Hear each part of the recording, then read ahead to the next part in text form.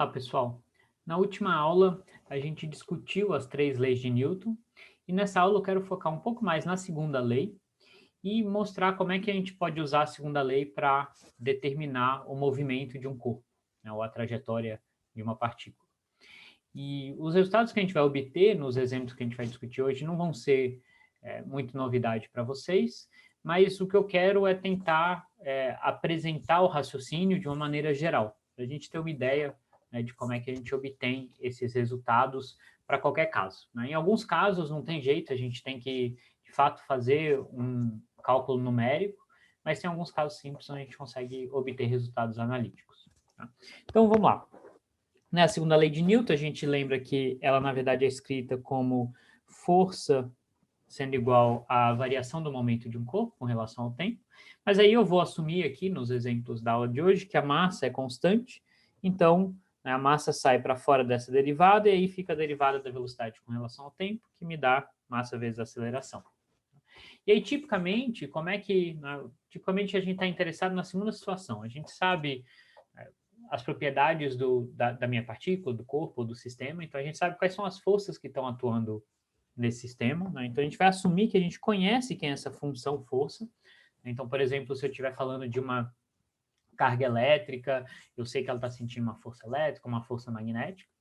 Essa função força, ela, no caso geral, ela vai depender da onde a partícula está, da velocidade dela e de outras possíveis variáveis. Então, é uma função que depende de R, de V, do tempo. Tá? E se eu conheço essa função aqui, eu tenho efetivamente uma equação diferencial para a posição da partícula em função do tempo, que é esse R de t. Certo? Então, o que a gente, né, para determinar qual é o movimento que a partícula vai fazer, eu tenho que resolver essa equação diferencial. É basicamente isso que a gente vai fazer em vários momentos ao longo desse curso, tentar resolver essa equação diferencial. Como eu falei para vocês, em vários casos é muito difícil resolver essa equação ou não ter uma solução analítica, a gente tem que buscar uma solução numérica. Tá? Mas o que eu vou discutir aqui na aula de hoje são casos simples, onde a gente consegue sim resolver essa equação explicitamente. Tá? E aí, só para, né, antes de ir para casos particulares, vamos tentar discutir um pouco das características dessas soluções, certo? Ou como é que a gente caminharia, num caso geral, para resolver essa equação. Tá? Então, bom, para resolver essa equação não tem muito jeito, a gente tem que assumir um sistema de coordenadas. Em alguns casos vai ser mais fácil usar coordenadas esféricas ou cilíndricas. Aqui, só para exemplificar, eu vou assumir coordenadas cartesianas.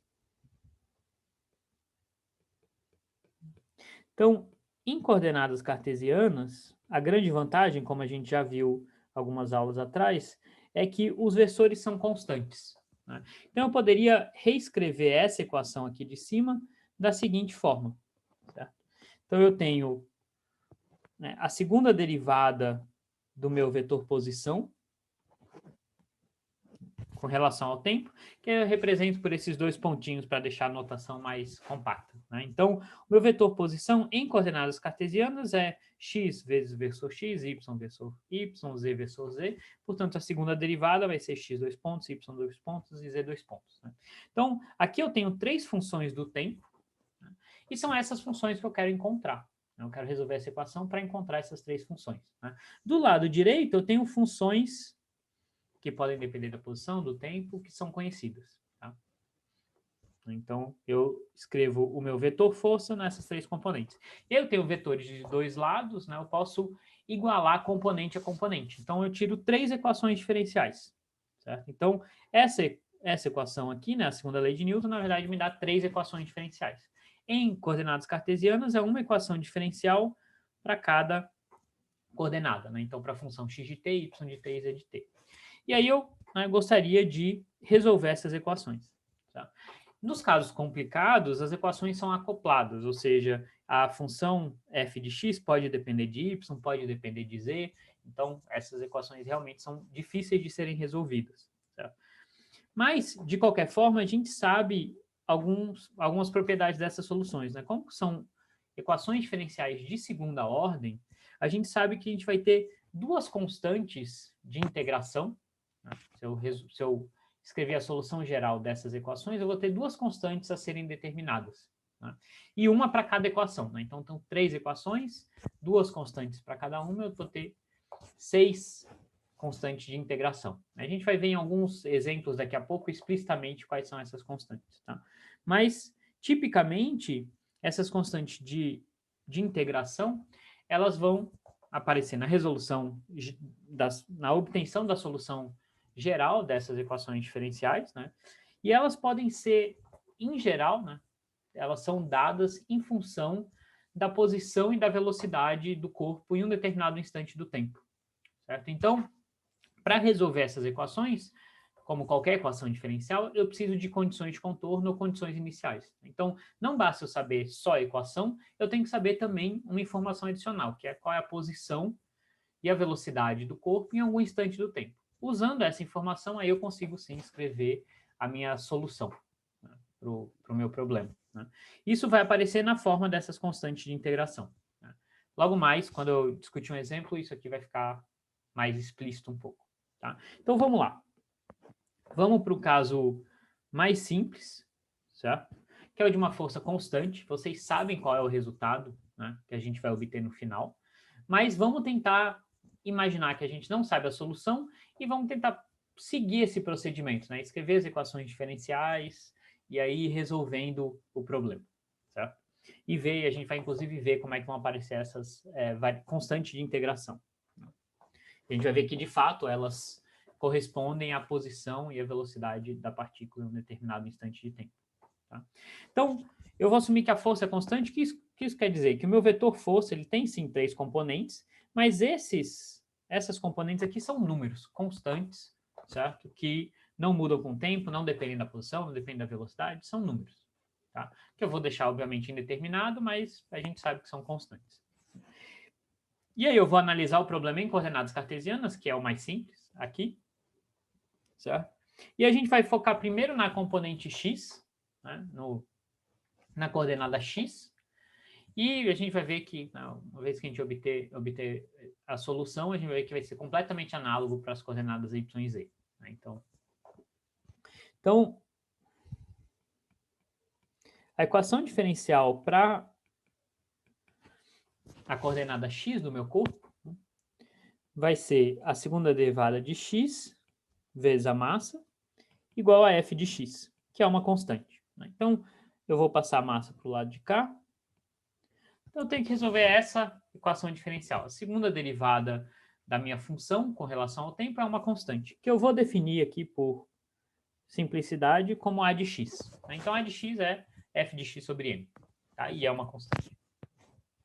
Então, a gente sabe que, né, a solução dessa equação, né, diferencial, né, que função que derivada duas vezes dá uma constante, né? É uma função quadrática, tá? Mas vamos até assumir que a gente não sabe isso e vamos tentar integrar. Esse é um caso que a gente consegue integrar essa equação diferencial, certo? Então, o que eu vou fazer é eu vou integrar os dois lados da equação de um momento inicial, t0, até um momento t, que pode ser um momento t qualquer, né? Depois eu posso escolher o valor de t que eu quiser e aí eu vou saber qual é a posição da partícula nesse instante, certo? Então, aqui eu vou ter do lado esquerdo a segunda derivada de x com relação a t. Eu vou usar, como tem uma pequena diferença aqui, né? Tem o instante t, onde eu quero, até o instante t, onde eu quero integrar essa função, ou esse integrando. Eu estou chamando esse instante de t. E eu tenho uma variável de integração, que eu estou chamando de t', certo? É só para diferenciar essas duas coisas. Poderia ter chamado de t0 e tf, né? É t só para a gente lembrar que a gente pode escolher o valor que a gente quiser. Do lado direito, eu tenho a integral de uma constante, certo? Então, t0 até t, de a de x dt'. Tá? Então, o lado direito é trivial, né? A integral vai ser a de x t menos t0. Esse é o resultado dessa integral. No lado esquerdo, não é tão óbvio, né? Mas eu posso lembrar que a segunda derivada de t com relação ao tempo, na verdade, é a derivada da velocidade com relação ao tempo.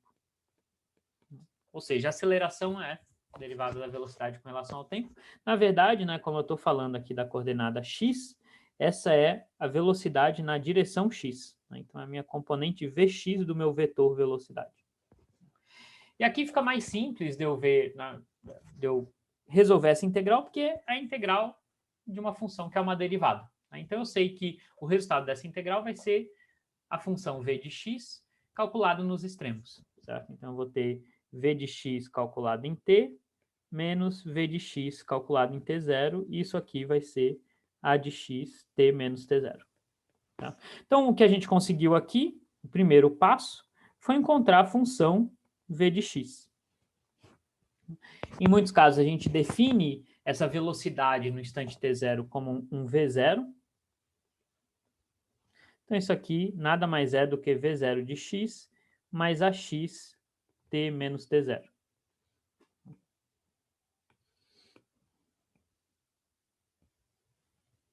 Então, a gente ainda não encontrou a função x de t, mas a gente encontrou a derivada dessa função, v de x de t.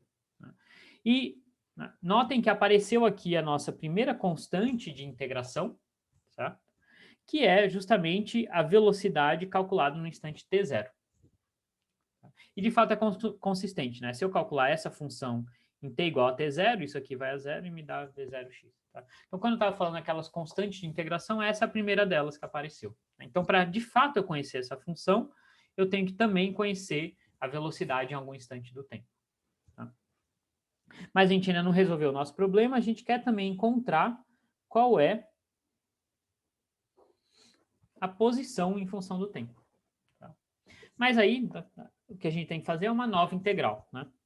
Então, como v de x de t é dx dt, isso aqui é vx0 mais ax t menos t0, eu posso agora integrar novamente essa nova equação que eu descobri. Então, eu posso integrar de t0 até t, dx, de novo, vou usar um telinho aqui para não confundir com o extremo da minha integral.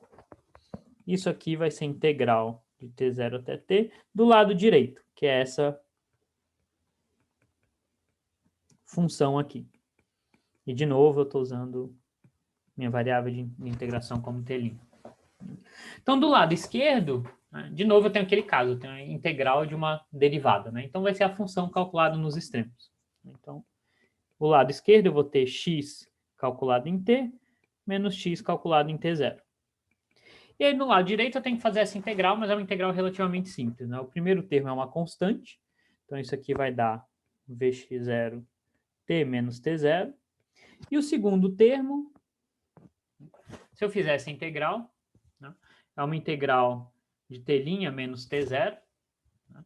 Se eu integrar isso daqui, né, enfim, eu tenho esse termo linear em t, então vai ter um termo quadrático. Não é difícil mostrar que o resultado dessa integral vai ser t menos t0 ao quadrado sobre 2.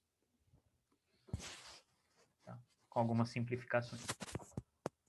Então, novamente, a gente define essa nova variável de integração. Então, essa segunda variável que está aparecendo, né, a segunda constante, não variável, mas constante de integração. Tá?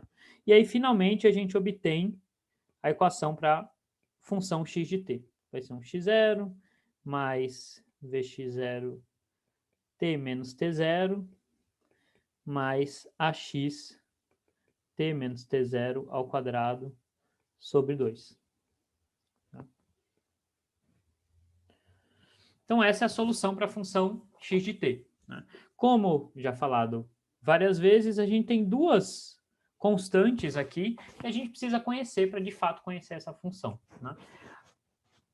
O valor de ax, em princípio, a gente conhece, porque a gente conhece quem é a força. Né? E ax é simplesmente força sobre massa. Então, a gente encontrou essa solução. Certo? Vocês, né, já viram isso inúmeras vezes. Né? Em muitos casos, a gente escolhe o tempo inicial como zero. Né? Então, você não teria esse t0 aqui, nem esse t0 aqui. A equação seria a que é mais familiar para vocês. Né? X de t é igual a x0 mais v0t mais a t quadrado sobre 2. Tá? Mas esse é o caso mais geral, onde, né, por algum motivo, pode ser que eu conheça a posição e a velocidade da partícula em algum instante que não é um instante zero, em algum outro instante. Tá? Então, essa é uma solução mais geral um pouco. Isso a gente fez para x, mas a gente pode repetir exatamente os mesmos passos para y e para z. Certo? Então, se eu fizer exatamente a mesma coisa para y e para z, eu vou chegar em equações totalmente análogas. A única coisa que vai mudar, então, por exemplo, né? Então, para y de t, a equação que a gente teria que resolver é x de t, segunda derivada, igual a fy sobre m, que eu defino como um AY. Tá? E a gente vê que é uma equação totalmente análoga que a gente acabou de resolver. Então, já dá para dizer direto qual que seria a resposta aqui, né? O y de t seria y0 mais vy0, t menos t0, mais AY t menos t0 ao quadrado sobre 2. Então, notem que as forças, né, a componente x da força e da y, podem ter valores diferentes, né, basta que elas sejam constantes. Então, essas acelerações aqui podem ser diferentes. E, de novo, aqui aparecem duas novas constantes de integração, que é o y0 e o v0y. E aí, obviamente, eu vou ter algo totalmente análogo para o z de t. Tá? E aí eu posso combinar essas três equações, x, y e z. Né? Eu não vou escrever a equação de z aqui, né? Mas é trivial escrever ela, é só trocar y por z. Eu posso combinar, então, né? Então, o meu vetor posição, que a gente lembra, é x de t, x chapéu, mais yt, y chapéu, mais zt, z chapéu, né, em coordenadas cartesianas. Isso aqui, se eu juntar essas três soluções aqui, né, x, y, mais a solução para z, eu vou ter um vetor R0, mais um vetor V0, t menos t0, mais um vetor A, t menos t0 ao quadrado, sobre 2. Né? Então, eu juntei as três equações em uma equação vetorial. Né? Então, essa é a solução geral para uma força constante em 3 dimensões. E aí eu tenho, né, obviamente, para realmente conhecer essa função, eu preciso saber conhecer essas 6 constantes. Né? Então, posição e velocidade no instante inicial, nas 3 componentes. Tá? Então, tem essas 3 constantes de integração. Ou, desculpa, essas 6 constantes de integração. Tá? E aí, a gente sabe, né, como é que vão ser essas trajetórias. Elas são basicamente trajetórias quadráticas. Né? Então, só para exemplificar aqui a cara que essas trajetórias poderiam ter, obviamente as trajetórias vão depender dos valores de A, né? Então, da aceleração ou da força. Elas vão depender da posição e da velocidade inicial desse corpo. Né? E inicial aqui, o que eu quero dizer, né, nesse formalismo que a gente fez, é em t igual a t0. Certo? Então, esse aqui é só um exemplo, né? Eu teria parábolas em cada uma das coordenadas, né? Então, tanto x, y e z seriam parábolas. Essas parábolas, né, teriam uma concavidade para cima se a minha aceleração, ou seja, a minha força fosse positivo, ou para baixo se ela fosse negativa.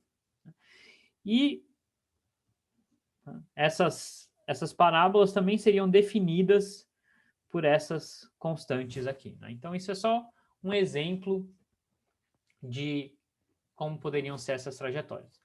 Uma informação importante, né, ou uma observação importante, é que notem que a gente encontrou essa função para qualquer instante de tempo, tanto para t maior que t0, quanto para t menor que t0.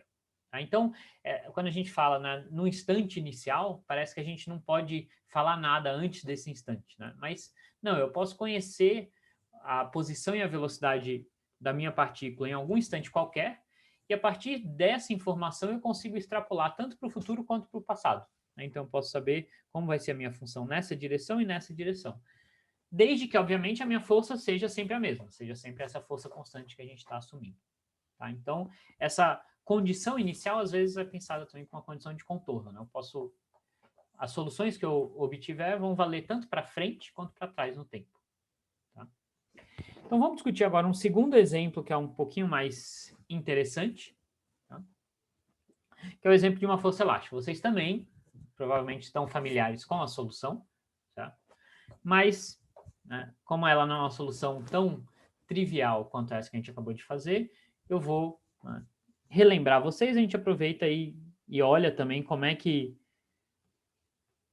pratica ainda mais como é que, né, a gente obtém essas soluções a partir da segunda lei de Newton. Então, novamente aqui, eu vou usar coordenadas cartesianas e eu vou considerar a coordenada x de t primeiro, né, essa função, e depois a gente vai facilmente conseguir generalizar para y e para z. Né? Não é todo problema que é assim, é só porque esses problemas são relativamente simples. Tá? Então, eu estou assumindo que a minha força elástica é dada por isso daqui, certo? Onde cai a minha constante da mola. Então, a posição de equilíbrio da mola aqui é a origem. Eu estou colocando a minha origem na posição de equilíbrio da mola. Né? Então, de novo, né, em coordenadas cartesianas,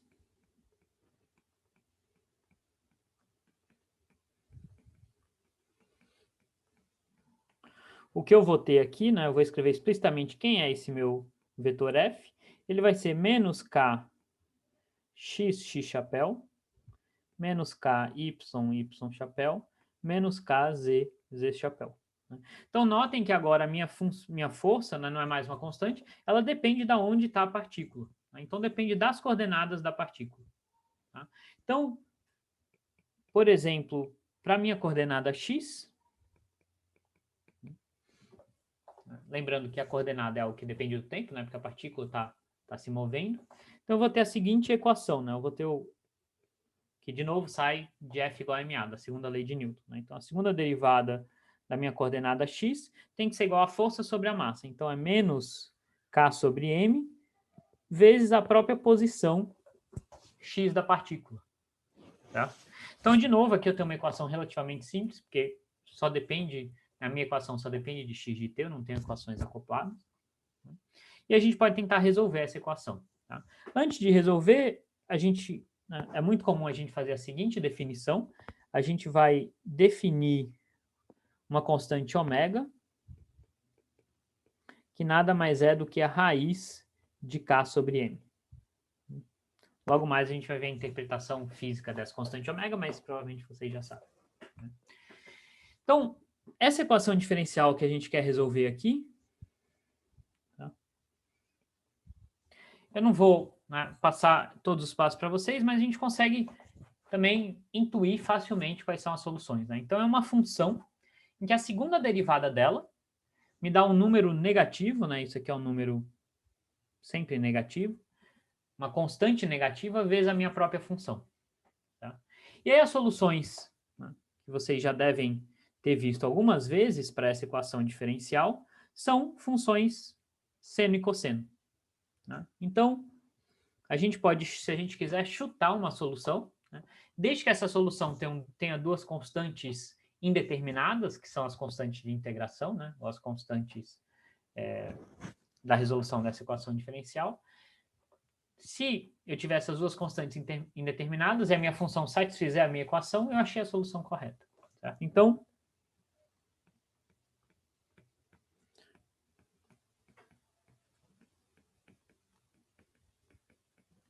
a gente vai buscar soluções do seguinte tipo. Né? A gente sabe que seno e cosseno são um bom chute, então eu vou tentar algo desse tipo aqui. Cosseno de alfa t mais uma outra constante seno de alfa t. Aí vocês poderiam pensar, pô, mas ele está introduzindo três constantes novas, né? A, B e alfa. Né? Mas a gente vai ver logo mais que esse alfa não vai ser uma constante indeterminada. Para esse x de t ser uma solução, alfa tem que ser justamente o ômega. Tá? Então vamos calcular a segunda derivada dessa função. Já vou colocar o resultado direto, porque são derivadas de seno e cosseno. Né? Então a primeira derivada aqui vai dar menos alfa seno de alfa t, né? Porque eu tenho a regra da cadeia, então o alfa vai sair para fora. E a segunda derivada vai me dar um novo alfa, então vai me dar menos alfa ao quadrado cosseno de alfa t, certo? Então, se eu derivo duas vezes esse primeiro termo, isso aqui vai dar menos alfa ao quadrado a cosseno de alfa t. Se eu fizer a mesma coisa no segundo termo, né, a derivada do seno dá o cosseno, e aí eu derivo de novo, vai dar menos seno. Então, vai dar de novo alfa ao quadrado b seno de alfa t. E aí eu vejo que, na verdade, se eu colocar menos alfa ao quadrado em evidência, isso aqui é exatamente a função que eu assumi ser a minha solução, certo? Então, a gente vê que essa equação diferencial, essa função satisfaz essa equação diferencial, que é idêntica a essa se eu escolher o alfa igual ao ômega. Então, a minha solução geral vai ser A cosseno de ômega t mais B seno de ômega t. Essa é uma função que tem duas constantes indeterminadas, como deveria ter, porque essa é uma equação diferencial de segunda ordem, né? E satisfaz a minha equação diferencial. Então, é a solução mais geral possível. Tá? E aí, obviamente, agora a gente tem esse problema que a gente tem que lidar, né? Essas constantes A e B. Né? O que são essas constantes? Bom, da mesma forma que a gente fez com o caso da força constante, essas constantes A e B, elas têm que ser determinadas por alguma informação extra sobre o sistema, que em geral vai ser a posição e a velocidade em algum instante do tempo. Certo? Então vamos assumir que a gente saiba que a gente tem essa informação, então que a gente conheça a velocidade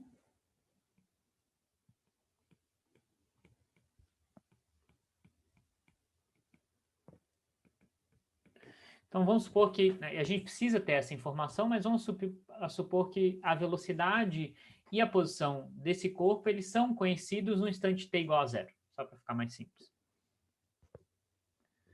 Então a gente vai assumir que x de t igual a zero, que eu vou chamar de x0, e v de t igual a zero,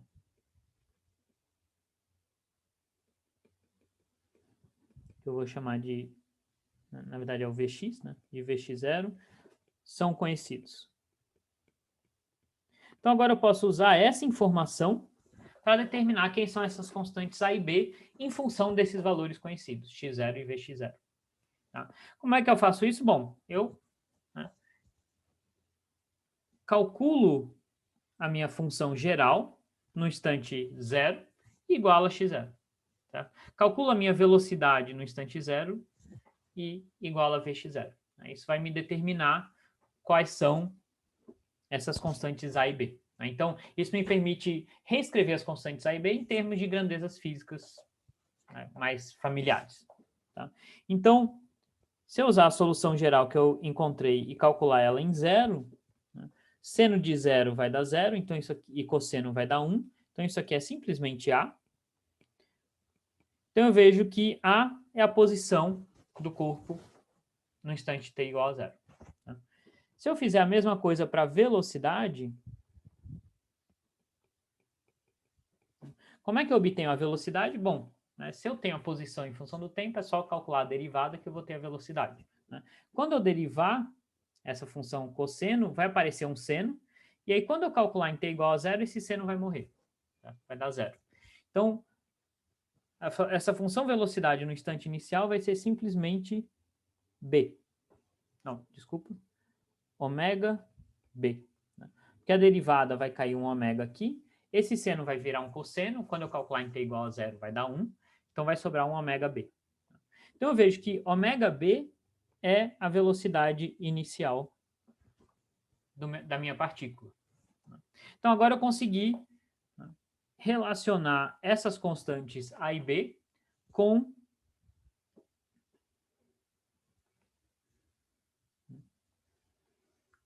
a posição e a velocidade inicial da partícula. Então, a minha solução escrita agora de uma maneira mais tratável, tá? Vai ser x de t, o A é o x0, então x0 cosseno de ômega t, E o B, na verdade, vai ser V0x sobre ômega, né? Então, mais V0x sobre ômega seno de ômega t. Tá? Então, essa é a solução para a minha função x de t. Se eu fizesse algo análogo para y e para z, a gente novamente encontraria algo muito semelhante, porque as equações aqui são totalmente similares. Né? Então, daqui a gente pode já escrever a solução vetorial. Essa solução vai ser um x0 cosseno de ômega t mais um vetor v0 sobre ômega seno de ômega t. Então, em particular, se inicialmente a minha partícula está parada, no instante t igual a zero, ela está parada, esse v0 vai ser zero, e aí eu vou ter simplesmente uma função cosseno. Se no instante inicial ela não está parada, mas ela está na origem, esse x0 é zero, e aí eu vou ter uma função do tipo seno. Mas se eu tiver algo mais complicado, eu vou ter esses dois termos. Na verdade, deixa eu... para ficar um pouco mais explícito aqui, esse é um R0. Então, novamente, eu preciso conhecer essas 6 constantes para realmente poder desenhar esse movimento, né? Lembrando que a constante ômega, ela só depende da massa e daquela constante elástica, que a gente assume que são números conhecidos, tá? E aí eu vou ter essa solução do tipo oscilatória, né? Que vai ser a partícula oscilando. Só que talvez algo um pouco diferente que vocês tenham visto antes é que essa é uma solução em 3 dimensões, né? Então a gente conseguiu resolver o problema de uma mola em 3 dimensões. Tá? Porque ela pode, onde a partícula pode oscilar em qualquer uma das direções. Tá? Então, isso foi só para exemplificar para vocês como é que, né, a partir da segunda lei de Newton, a gente chega nessas equações de trajetória. A gente vocês provavelmente já tinham visto algo semelhante antes. Agora a gente fez de uma maneira talvez um pouco mais formal e já resolvendo em 3 dimensões. Tá? Então, por essa aula era isso. Esse tipo de raciocínio é bom que vocês entendam, né? Quais são os passos que a gente está seguindo. Então, é sempre, né, a parte talvez mais difícil, né, da resolução dos problemas, seja identificar quem é essa função força, e aí é montar a equação diferencial e tentar resolver ela. A parte de tentar resolver ela pode ser bem complicada, matematicamente. Sabe? Mas, em termos físicos, não tem muita novidade. Tá bom? Então, por essa aula era isso. Tchau, tchau.